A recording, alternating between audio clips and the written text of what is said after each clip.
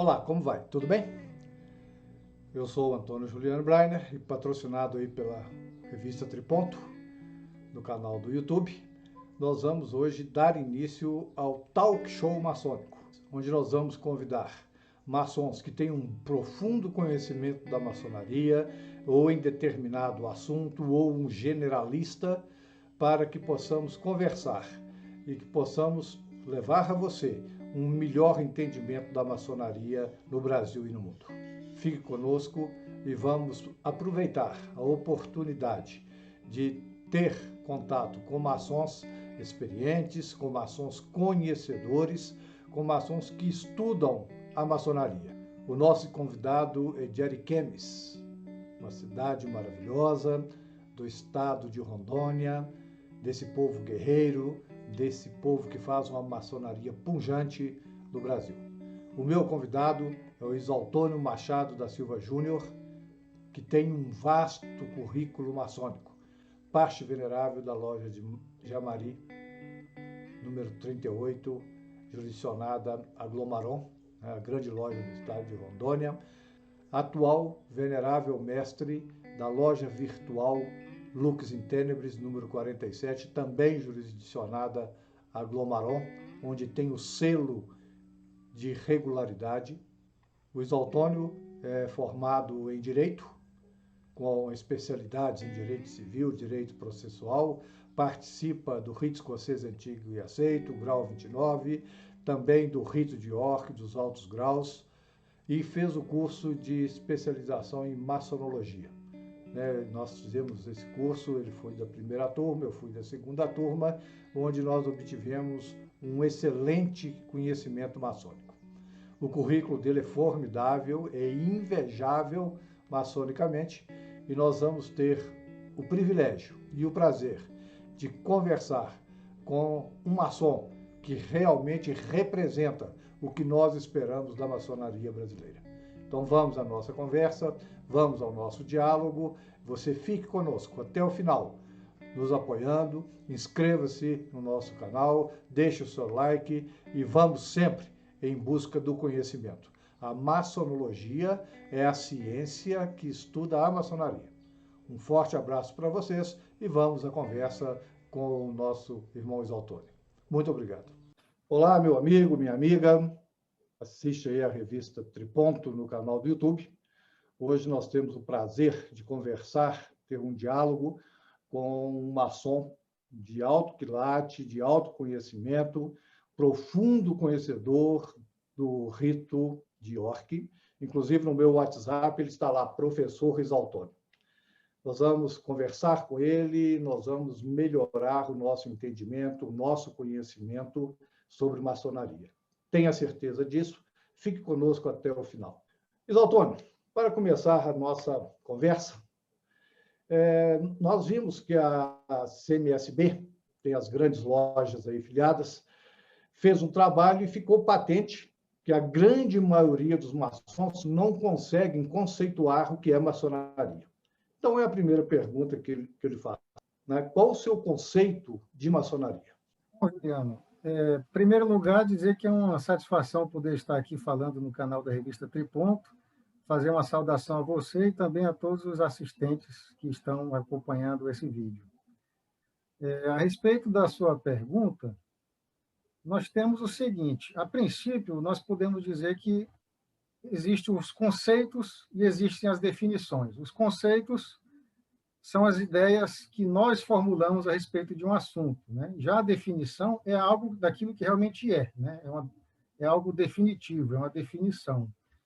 Então, quando você pergunta qual que é a definição de maçonaria, nós temos que ver questões mais objetivas, ao passo que os conceitos eles são mais de caráter subjetivo. Então, nós temos muitos conceitos de maçonaria, cada maçom tem o seu próprio conceito, mas do ponto de vista técnico e mais objetivamente falando, nós podemos dizer que a maçonaria ela é uma escola de filosofia moral, aonde, através do seu conjunto de instruções, ela trabalha pelo aperfeiçoamento do maçom para o aprimoramento das suas virtudes. Então, o objetivo da maçonaria é tornar o homem o homem bom num homem melhor, né?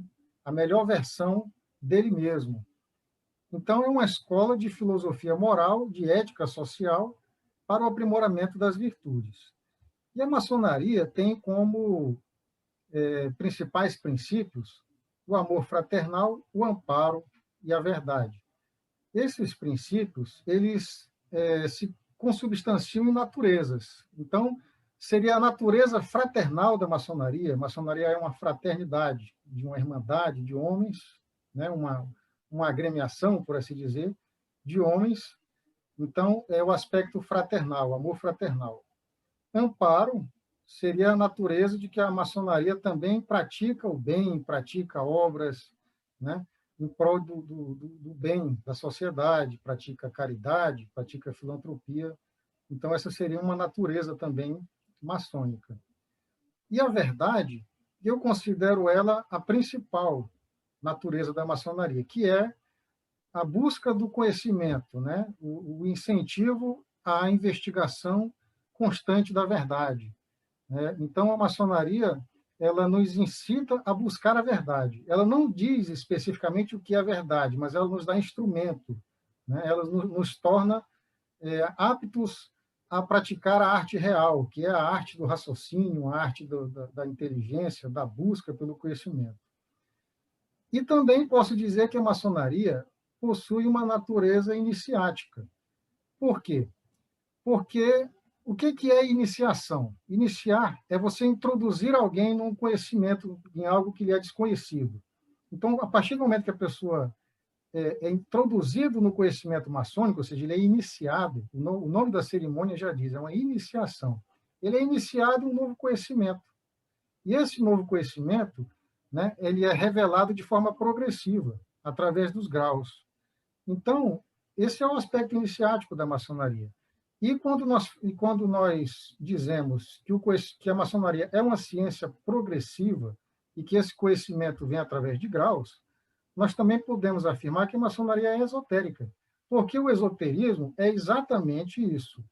É você transmitir conhecimentos que são restritos a um círculo de pessoas.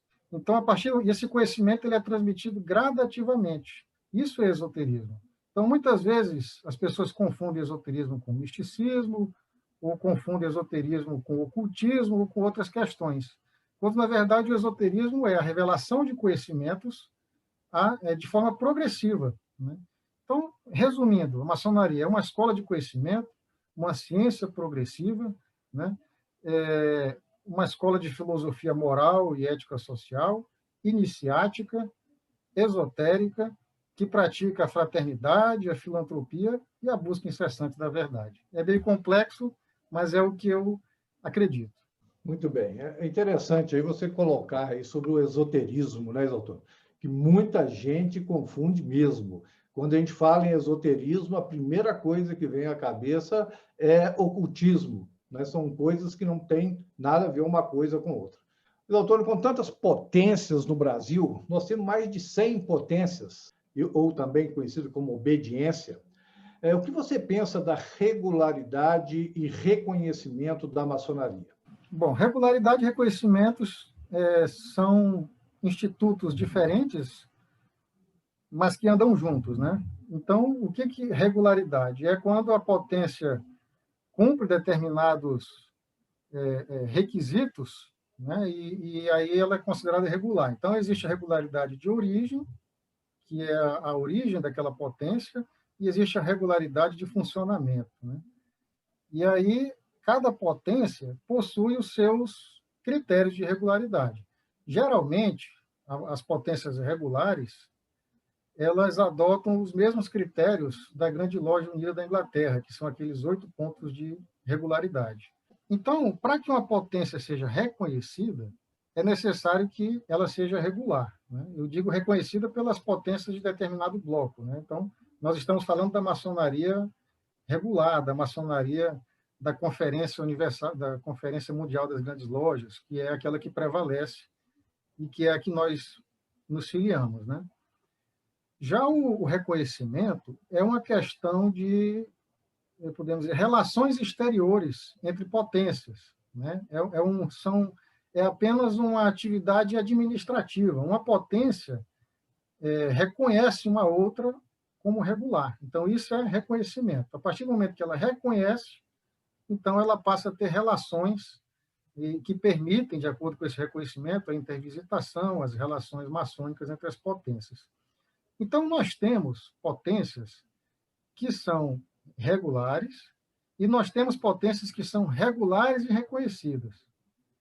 E nós temos potências que são irregulares.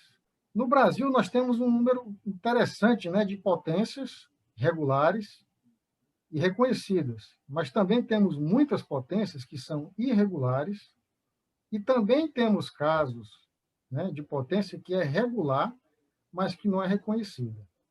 Então, isso aí é um grande, podemos dizer, uma grande questão que existe na maçonaria brasileira, porque o Brasil desponta aí na maçonaria universal como o país, possivelmente o país que mais possui potências maçônicas. A gente vê que muitos países possuem, às vezes, só uma potência, ou, às vezes, duas por estado. No caso dos Estados Unidos, tem a Prince Hall e tem as grandes lojas. O Brasil se destaca, porque aqui existem 3 vertentes diferentes, né, de maçonaria. Nós consideramos hoje, né, como regulares e reconhecidas as potências da CMSB, da Comab e o Grande Oriente do Brasil. Mas temos muitas outras. O que acontece? Lamentavelmente, em virtude de questões administrativas ou político-maçônicas, vez por outra surgem novas potências, e isso não é interessante. Então, fica aí uma reflexão, né, que é interessante a gente buscar conhecer a nossa história para evitar que esse tipo de coisa continue acontecendo, né, os mesmos erros sejam cometidos, tanto da parte de quem causa as cisões, como da parte de quem resolve fazer a cisão, porque isso torna tudo muito confuso e muito problemático, né? Então, nós temos aí muitos irmãos de potências maçônicas que, infelizmente, nós não podemos participar, congregar com eles nas mesmas sessões, né? Então, é realmente algo muito, muito sério que deve ser, com certeza, resolvido aí pelas nossas confederações e pelo Grande Oriente do Brasil, aqui no Brasil, né? A questão da regularidade, do reconhecimento, ela causa muito mal entendimento, né? Principalmente lá fora, onde eles olham o Brasil aí com um número enorme de potências e 3, né, que são aí regulares e reconhecidas pela grande loja da Inglaterra, pelas grandes lojas dos Estados Unidos. Antônio, nós temos no Brasil os maçons brasileiros, eles sempre que existe algum problema em loja, e você já deve ter visto isso várias vezes, eles chamam os landmarks. Você está ferindo os landmarks.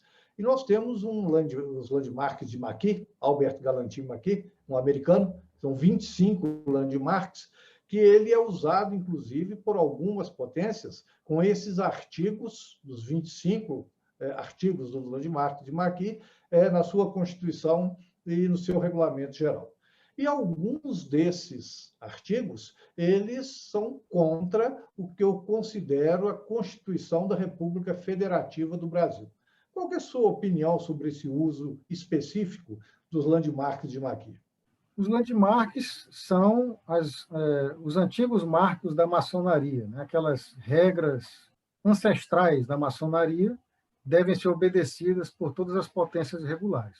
O fato é que não existe só uma compilação de landmarks. A Inglaterra, por exemplo, ela fala lá nos seus 8 pontos de regularidade a respeito dos landmarks, que um dos pontos de regularidade é que as potências maçônicas obedeçam aos landmarks, mas não especifica quais são esses landmarks. Então, essa questão dos antigos landmarks, nesses lugares, não só na Inglaterra, como em outras potências, que não especificam quais são esses landmarks, cada potência interpreta os assuntos de acordo com o caso concreto, né? Nós conhecemos a história da maçonaria, então nós podemos, de acordo com o caso concreto que se apresenta, verificar a aplicação de landmarks da maçonaria. Agora, existem algumas potências que adotam uma lista, uma relação, números clausos de landmarks. que é o caso da maioria das potências da América Latina, que aqui prevalece os landmarks do Mackay, né? Os landmarks do Mackay, eles não são adotados nem mesmo pelos Estados Unidos, né? Que é um lugar onde o Mackay era um maçom americano. Se nós formos fazer uma investigação dos landmarks adotados pelas potências americanas, você vai perceber que cada potência adota, né, escolhe os seus landmarks e adota aqueles landmarks. E tem algumas que, inclusive, não indicam quais são esses landmarks. Eu tenho uma relação de todos os landmarks, de todas as potências americanas. E a gente não encontra ali, eu acho que só um, talvez, adote os landmarks do Mackay. E cada potência lá estabelece qual é aquelas regras que eles consideram landmarks.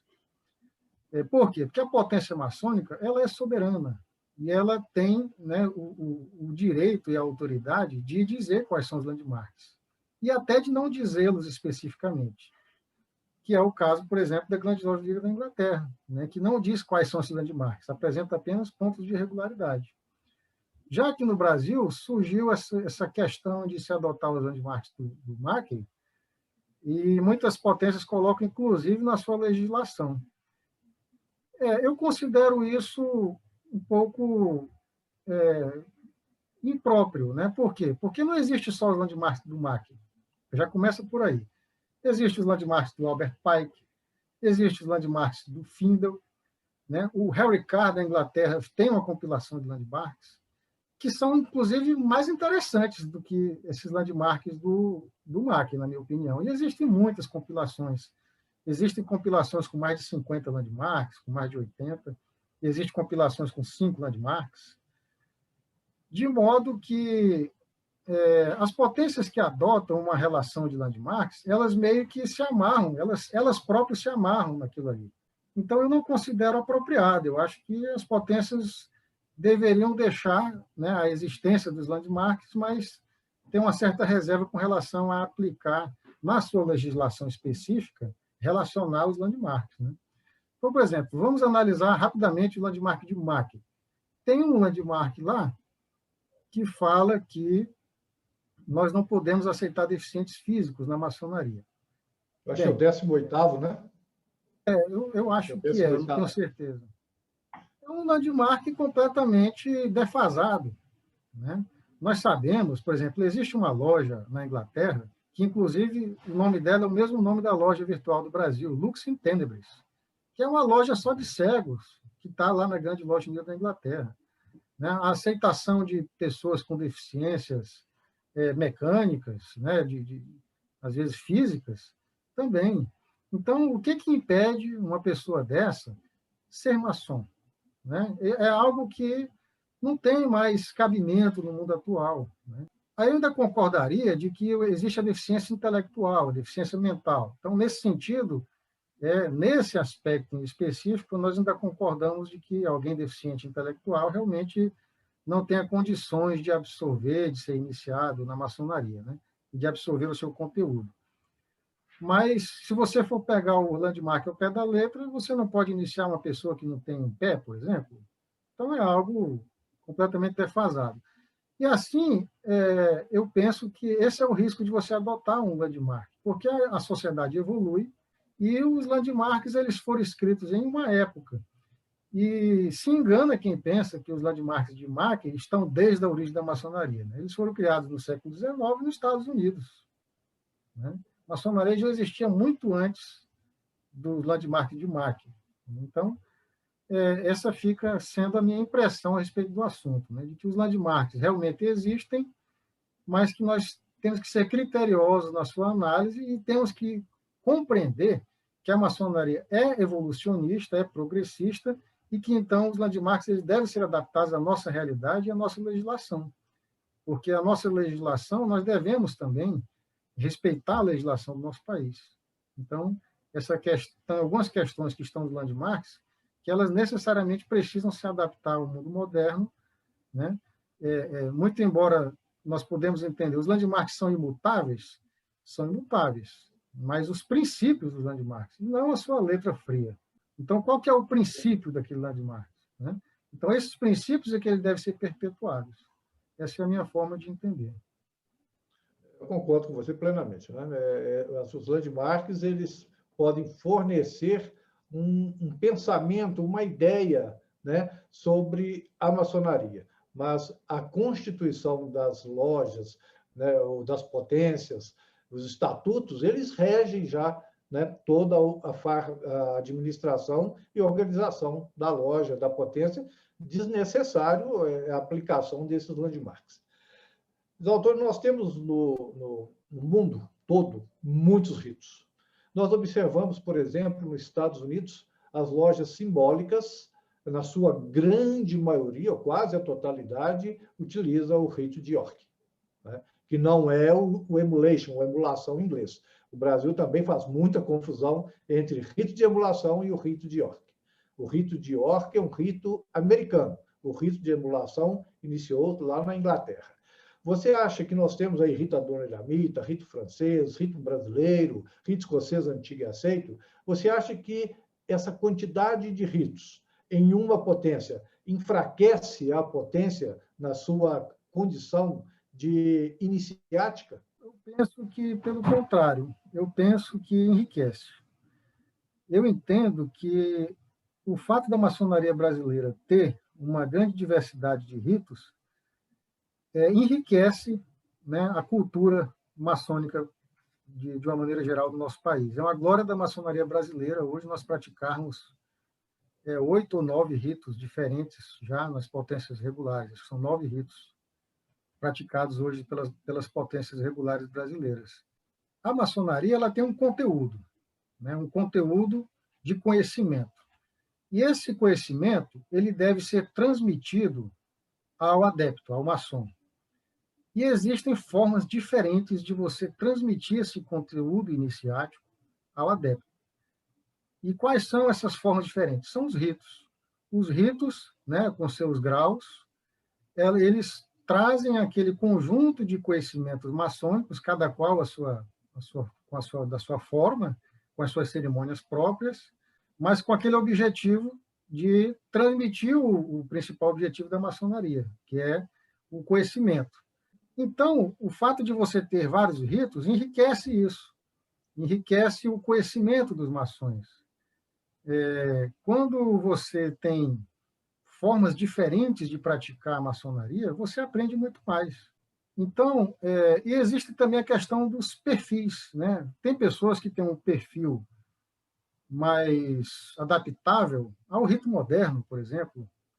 Tem outras pessoas que têm um rito que tem a personalidade mais adaptável ao rito de York, né? E tem outras pessoas que têm um perfil mais adaptável ao rito adoniramita, que são os irmãos mais místicos. Eles têm uma tendência natural a buscar, a ter uma convergência de maior com o rito adoniramita.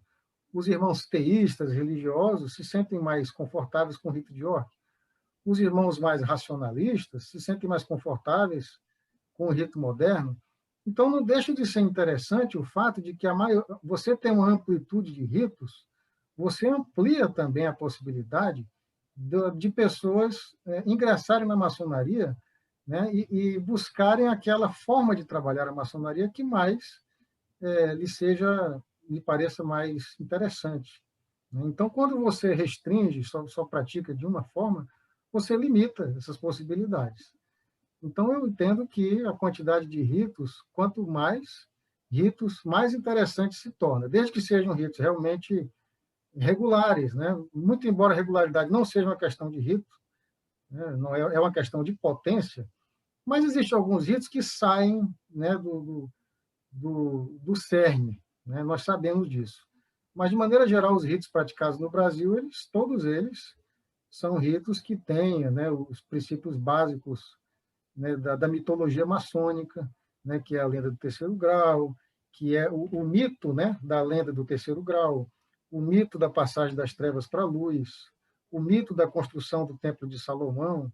Esses mitos eles são eixos centrais em torno dos quais giram os ritos, né? Os ritos eles são o coração dos mitos. Através dos ritos se transmite o conteúdo iniciático dos mitos, né? E os ritos, eles fazem uso de quê? Da liturgia para instrumentalizar, né? Então, o rito ele é estático, já a liturgia é dinâmica. Então, através da liturgia, que se coloca em prática os ritos, né? Então, é um conhecimento bem interessante, e quem estuda e quem busca conhecer melhor a respeito disso, de liturgia, ritos e rituais, passa a compreender melhor, né, como funciona, né, essa metodologia maçônica de transmissão do conhecimento. Doutor, nós tivemos aí uma modificação na maçonaria, muitos artigos escritos, inclusive eu escrevi um, né, sobre a maçonaria do século XXI, e nós tivemos aí a pandemia que causou na maçonaria suspensão, na grande maioria das lojas, das reuniões em loja, das reuniões tradicionais que desde 1717 vem acontecendo. Depois de tanto tempo, nós fomos aí proibidos pelo coronavírus de estarmos reunidos, trocando nossas experiências, praticando a ritualística dentro das lojas. E você foi um desbravador, você foi o indivíduo, o cidadão, o maçom, né, que teve a ideia brilhante, uma ideia que colocou a maçonaria num outro patamar, que foi a loja virtual, Lux in Tenebris. Você foi o idealizador, você foi o fundador, lógico, com a colaboração aí da Glomaron, do Grão-Mestre Tupã e todos os seus irmãos aí de Rondônia, né, apoiaram você. Claro que tenho certeza que não foi fácil. A Lux in Tenebris, né, que foi idealizada, e você, o venerável mestre, com toda a razão, e você nos mostrou que nós podemos fazer uma coisa diferente nessa pandemia, continuar reunindo, continuar trocando nossas experiências, inclusive as reuniões virtuais trazem um conhecimento muito profundo. Eu vejo sempre nas lives, nas reuniões, irmãos falando, olha, eu nunca aprendi tanto como estou aprendendo. E você, não resta a menor dúvida, foi um expoente nessa mudança. E eu tenho certeza que você aí tem outras ideias, e você é um maçom dinâmico. Eu gostaria de perguntar a você, o que você espera para o futuro das lojas, da loja virtual, com provavelmente a vacinação e a volta das reuniões presenciais? O que você acha desse movimento? Eu agradeço as suas palavras gentis. Esse assunto ele é muito interessante e é o assunto mais atual, né? A maçonaria realmente ela só parou em momentos de guerra, em momentos muito fortes, né? E o momento que nós estamos vivendo da pandemia realmente é um momento que está na história já da humanidade, né? De forma que as lojas realmente tiveram que parar suas atividades e, devido ao momento em que nós vivemos hoje, nós temos tecnologia, então nós temos plataformas de comunicação virtual que nos possibilita dar sequência às nossas atividades maçônicas. Então, essa ideia de se criar uma loja virtual, ela não é uma ideia só minha, né? Ela é uma ideia conjunta que surgiu aqui na Glomaron, que teve a participação direta das pessoas do nosso irmão Aldino, do nosso irmão Tupã, né, que são grãos-mestres, e também da minha participação. Então, em conjunto, nós idealizamos a criação da loja virtual, um grupo de fundadores também, a quem nós também compartilhamos essa ideia, e eles também apoiaram, então também são co-partícipes, né, de todo esse movimento. De modo que, através do pensamento, que nós podemos dizer, de vanguarda, do nosso grão-mestre, né, das nossas autoridades, da Glomaron, né, eles aceitaram, então, a criação da loja virtual. Eu considero um marco na história da maçonaria brasileira e, por que não dizer, internacional. Nós somos, né, só existem hoje 2 lojas maçônicas virtuais no mundo e mais outras 2 agora aqui no Brasil. Então, uma no Canadá, uma na Austrália, uma na Glomaron e uma na Grande Loja, na Glepa, do Pará. E esse movimento que nós iniciamos aqui, eu entendo que ele é um movimento que ele se tornará, ele é definitivo, né? Ele veio para ficar, porque os irmãos que estão participando, eles estão se sentindo muito contentes e satisfeitos com os resultados que nós estamos alcançando. Nós possibilitamos reuniões de irmãos de todos os lugares, né? Algo que é completamente inviável em uma loja física, né? Da forma como nós estamos fazendo de forma virtual. Então, reunimos aí, às vezes, 1, 2, 3 ou 4 centenas de irmãos em uma sala virtual. Um palestrante de qualquer lugar do mundo pode, né, apresentar um tema de estudo. Ou, às vezes, nós podemos fazer painéis para discussões, podemos fazer debates, podemos fazer várias atividades que possibilitam pessoas de todos os lugares participarem. Então, tem essa questão, né, da facilidade dos encontros de todos os irmãos de todos os lugares, tem a questão da expansão, né, das relações de amizade, de fraternidade entre irmãos. Antes dessas reuniões virtuais, eu não conhecia tantas pessoas do Brasil inteiro como conheço hoje, e as pessoas do Brasil inteiro hoje já me conhecem, e antes não me conheciam. E, da mesma forma, né, todos aqueles irmãos que participam das reuniões estão ampliando de forma exponencial, em progressão geométrica, né, tanto o conhecimento de pessoas, de irmãos, como também o conhecimento maçônico. Então, mesmo depois que as atividades maçônicas voltarem ao normal e as lojas presenciais continuarem, as lojas virtuais também vão continuar, porque elas não vieram para concorrer com as lojas presenciais, de modo algum. A maçonaria presencial sempre vai existir, né? Eu vi o irmão Kenyon, Ismael, fazendo uma comparação que eu achei muito interessante. Ele disse que a maçonaria virtual e a maçonaria presencial, nós podemos fazer uma analogia com um livro, né? O livro físico, você pega nele, você sente o cheiro de tinta, você sente a textura, e a loja virtual é como se fosse um e-book, né? Que você tem facilidade de compartilhamento, facilidade de disseminação daquele conhecimento, não é algo que fica, cabe num computador, né? Então, os livros físicos sempre vão continuar existindo. E os e-books vieram para aumentar essa experiência, para incrementar a experiência do conhecimento e da leitura. Da mesma forma, as lojas virtuais, elas vieram para incrementar, para ampliar, né, para enriquecer todas as possibilidades. Nós temos irmãos hoje que preferem as lojas virtuais do que as lojas físicas. E já temos irmãos que sempre vão preferir as lojas físicas às lojas virtuais. E temos irmãos que são como eu, que gostam das duas maneiras de praticar a maçonaria. São possibilidades a mais. Então, é algo que realmente só tem a enriquecer. Eu penso que a maneira como nós estamos fazendo, né, que nós só aceitamos membros, aqueles que já são filiados a lojas físicas. Então, isso faz com que não haja uma migração de irmãos de lojas físicas para as lojas virtuais, né, que é um risco que poderia ter caso a gente aceitasse irmãos apenas, né, virtualmente. Isso não é o caso, né? Todos os irmãos das lojas virtuais, eles são necessariamente filiados a uma loja física. Isso é um requisito para ser membro da loja virtual. Então, isso só fortalece, né, a maçonaria de uma maneira geral. Nós tivemos algumas dúvidas que surgiram, inclusive até de autoridades maçônicas, a respeito da loja virtual, mas todas as dúvidas fundamentadas em um conhecimento parcial do assunto, né?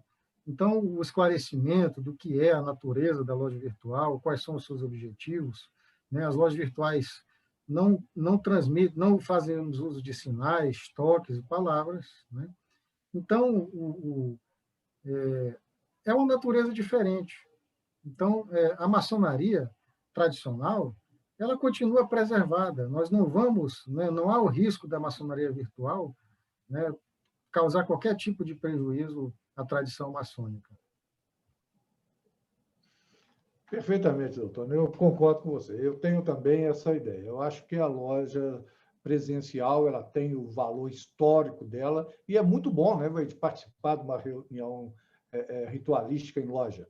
Mas a loja virtual ela veio preencher o vazio que estava e trouxe para ficar permanente. Por exemplo, nós temos congressos maçônicos que vão poucas pessoas por causa de dificuldade financeira, né?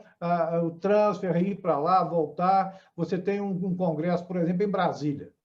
Nós não ficamos nem sabendo do conteúdo disso. Hoje, através, né, das plataformas, pode ser oferecido para o Brasil inteiro. Então, é muito interessante. Essa ideia foi brilhante. Eu gostaria de parabenizar a Glomaron, né, e você em especial, em particular, por ter tido essa ideia e fomentado isso. E o mais importante, independente das pedradas, colocado para funcionar. Luiz Antônio, eu gostaria de agradecer a você por ter nos dado esse papo, essa conversa agradável, esse conhecimento extenso que você tem sobre maçonaria. Eu gostaria que você levasse ao grão-mestre Tupã, né, ao grão-mestre Adivita Aldino e a todos os irmãos de Rondônia o meu carinho, o meu abraço fraterno. Agradecer a você por ter nos dado essa oportunidade, né, de publicar isso, essa conversa, esse conhecimento, e isso é uma informação, são informações, aliás, pertinentes e importantes para o conhecimento. Deixar com você aí, né, para você finalizar o nosso trabalho intelectual, que isso é conhecimento, né, para as suas considerações finais. Bom, Juliano, eu agradeço a você pelo convite de fazer esse diálogo, né, de assuntos da maçonaria. Agradeço à revista Triponto por essa honra. E quero deixar aqui uma mensagem, né, aos irmãos que estão nos assistindo. Né? Muitas vezes nós não estamos satisfeitos com a maçonaria por questões diversas. Existe uma certa insatisfação de alguns irmãos. Então, o que cabe a nós? Cabe nós trabalharmos, né, para fazer da maçonaria aquilo que nós almejamos. Nós temos potencial para isso.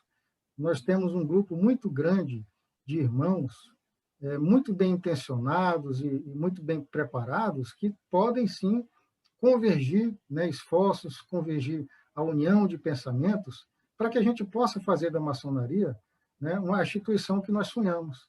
Ela já é, na verdade, ela tem todo o potencial. Então, basta que a gente coloque isso, né, em prática através da nossa união e fazer da maçonaria um lugar, né, de muito conhecimento, de muita fraternidade, de muita união, e dessa forma ela possa continuar crescendo, ela possa continuar se mantendo, principalmente aqui no Brasil. Né? Nós precisamos trabalhar para que a maçonaria continue forte e pujante, né? E não permitir que a evasão maçônica, que é uma praga que já existe no mundo inteiro, né, se desenvolva aqui no Brasil. Isso só depende de nós.